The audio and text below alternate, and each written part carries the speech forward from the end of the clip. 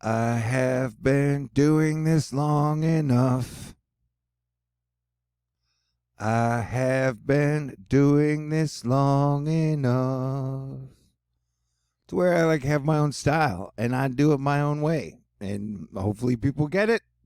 And if they don't, they don't. And so for the next 7 days, the main areas of floodiness we are watching are Texas, Oklahoma, Arkansas, Louisiana, and Florida. And so we're going to have some wild weather mixed in there with possible tornadoes and giant-sized hail that come out of a science fiction thriller action adventure movie that, And so end of May is going to be fascinating. But then comes June, and June is hurricane season. Yeah, baby. And so the GFS has been spinning up this super giant storm, which would be about a Category 1 hurricane, that would be in the Gulf around June 7th, which is still about, 2 weeks away, technically. It has showed, and I'm talking about the GFS, multiple variations of the storm, the CAG, the Central American Gyre, that would come out, and, some have taken it through the Cuba, Florida hole. Some have pushed it straight out to sea, and some have turned it into like a hurricane that hits land. And so we watch. That's what I do. And so today, the King Euro, which like 97% of meteorologists swear is like the greatest thing in models since sliced bread, although sliced bread is not a model, shows the CAG, a low, hop over Mexico and turned into something cyclonic right around June 2nd, June 3rd. So I am not saying that this is going to be a hurricane, but you are now officially on hurricane watch because this is the King Euro, which is 10 days out, and the GFS has been showing something along the same lines in the exact same time frame. So I'm not saying it's going to be a giant, deadly, destructive hurricane, but it is 2020, so I would prepare for it as best you can, mentally, physically, and spiritually. And hopefully the atmospheric defense team is still together, and will do what they can to kick the crap out of this thing. And so this is the latest GFS run. I'm going to let it run, and I want to point out the weird rain pulsing that happens. But the GFS definitely... Notice this takes the same low and it turns it into nothing. That's the low we are watching now, although towards the end it turns up something similar that comes out of the Gulf and then head towards Florida and Cuba. But if you'll notice in the GFS version, this takes the exact same storm at the exact same time, which would be a low. It pushes it over Central America, like there it is, boom. And then it crosses over, and then it turns into absolutely nothing right there. I don't think that's going to happen. But that's what I'm saying. We're dealing with a cross between nothing, no problems, but then it spins up another right at the end. And so it looks like this is going to be a hot spot. And yes, this area is technically hot. And early in the season, we are already starting to see a lot of moisture, water vapor, and rain accumulate in the Caribbean. Like, see the pinks here? There's a decent amount of wind shear now, so nothing is forming, but Florida's getting a lot of rain. And so I think we are going to see a whole lot of rain in May and the first 2 weeks of June for a lot of people. And it is really starting to get going now. And so today through Memorial Day, tomorrow, it's going to be very rainy for Texas and the areas I've already called out. What is the pink, dude? That's a serious question. The pink is severe thunderstorm watch. All right, now that we get that out of the way.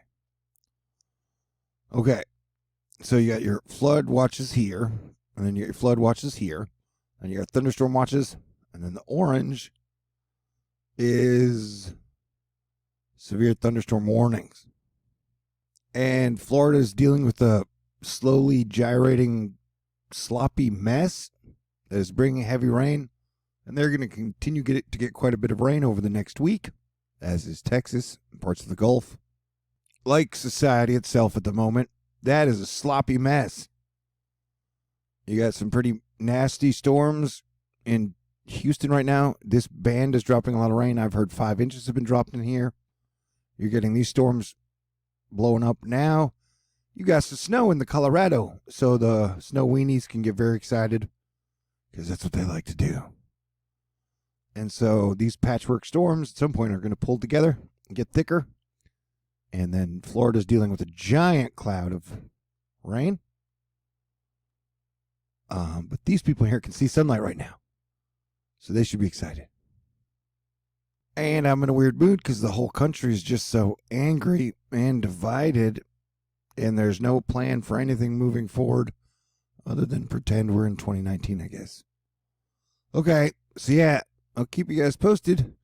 It is what I do. Purple is a kick-ass color. Purple fog in Minnesota. Mankato, BG pointing out a lot of action today across the U.S. Note the tropical downpours in Florida too, which we've done that. We've got our different weather threat ramping up over the south central states starting Memorial Day, which is tomorrow. I like attractive women, but they do not like me. That is not a complaint because my heart has not been broken in years. And, this is flash flooding in Missouri. Because I imagine being locked down or semi-locked down with someone you don't get along with but in a relationship with would be rough. So, yeah, we got heavy flooding. And this bridge is totally washing out. Billy Forney showing us the cool radar map that some areas have gotten over 5 inches of rain in North Houston by the Woodlands.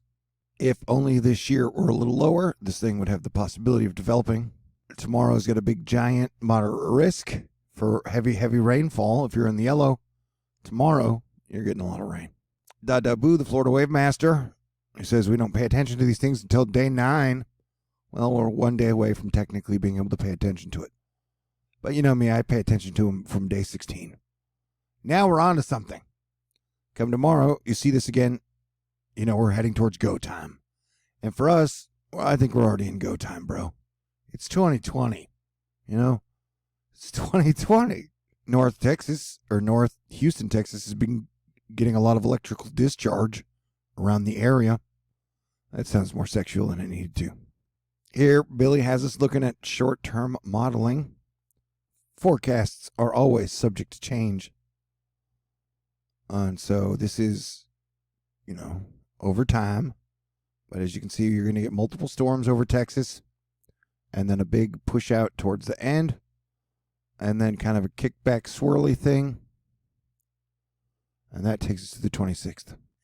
California, volcano? ?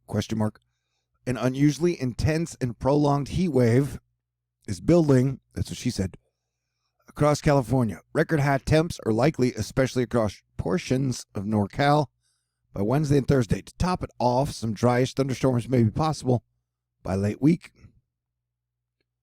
So, yeah, they're getting an anomalously heaty hot zone thing. So we're going to watch that as well. These storms have been cray-cray in their bubbliness. Super duper. Bubble, toil and trouble. The taste of summer will end May in parts of the West, Great Lakes, Northeast with daily heat records. Who wants summer early? Texas Brazos River, we've got some flood advisories. Double V Vanna showing up one of the GFS runs of that storm we're watching. Alicia Bentley, the multiple cutoff lows that will be located over near North America this week are the result of amplified flow pattern that allows for the tails of PV streamers to get removed from the multi-latitude waveguide and stuck at lower latitudes. So a lot of times the upper-level cutoff lows can bring heavy rain placed in the wrong spot. 6 hours ago, there's flash flood threat for western North Carolina this afternoon as some pop-up thunderstorms meander slowly through the area. Remember, the Texas heavy rainfall forecast is through Wednesday. There's not a ton of heavy African dust in our possible development zones for June. And let the conspiracy nuts go crazy, because there's a record low in Zion National Park. Tied their record low temperature for the date with a low of 35 Fahrenheit. So, are Zionists using their geoengineering weather warfare to make Utah Zion really cold? Probably not, bro. And we're talking about large hail through tonight. We mean large hail. An estimated 50,000 people in Western Australia are without power as a rare weather event batters the coast, with winds as high as 72 miles per hour. This was a once-in-a-decade storm that seems to be popping up like 2 or 3 times a year. This is a giant 4-inch hailstone that busted through someone's roof in Texas yesterday. That is how hellacious the all-hail has been. And Zero Hedge reports Earth's magnetic field mysteriously weakening in specific locations, which is weird, and this was brought to us by Alfonso, North Hollywood Fonzie. Look, bro, if you had to pass gallstones that were as big as these hailstones, you would die, or your junk would explode. Just something to think about. All right, so we got severe weather to watch for tomorrow, as well as we will be watching for severe weather through the night. And a whole lot of rain. Look at that's a lot of green on the map. I'd say 50% of the United States covered in rain. Or get some rain. And then 2 days from today, we get a giant, like 44% of all of America get a bunch of rain. All right, and tonight, when the sun goes down, step outside and look west. Venus, Mercury, and the crescent moon are lining up in the sunset sky, and that will be exciting. All right, I am your Planetary Defense Commander, Star-Lord New Thor 7. I do what I can to keep you guys informed and aware. So have a great night. Stay cool. Happy Memorial Day. Thank you to everybody out there keeping it together and staying cool. Peace out. God bless everyone.